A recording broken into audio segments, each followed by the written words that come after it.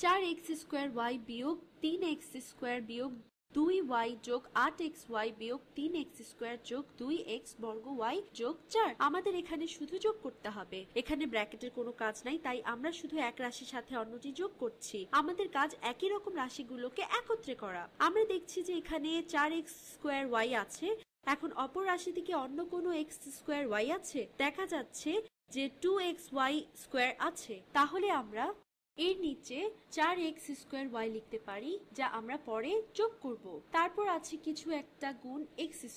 অন্য কিছু গুণ x² আছে কি? এই যে এটা আছে। তাহলে আমরা এর নিচে এটা লিখতে পারি ঋণাত্মক বা নেগেটিভ 3x²। এবার সব শেষে আছে ঋণাত্মক বা নেগেটিভ 2y। আমাদের কাছে এমন কিছু নেই যা কেবল মাত্র y, তাই আমি এটা নিয়ে বাইরে লিখলাম।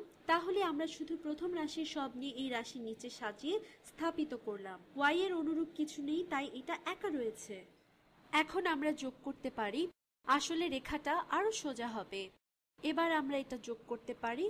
8xy এর সাথে কিছুই যোগ না হলে হবে 8xy। এরপর ঋণাত্মক বা নেগেটিভ 3x² বিয়োগ 3x² হলে হয় নেগেটিভ বা ঋণাত্মক 6x²।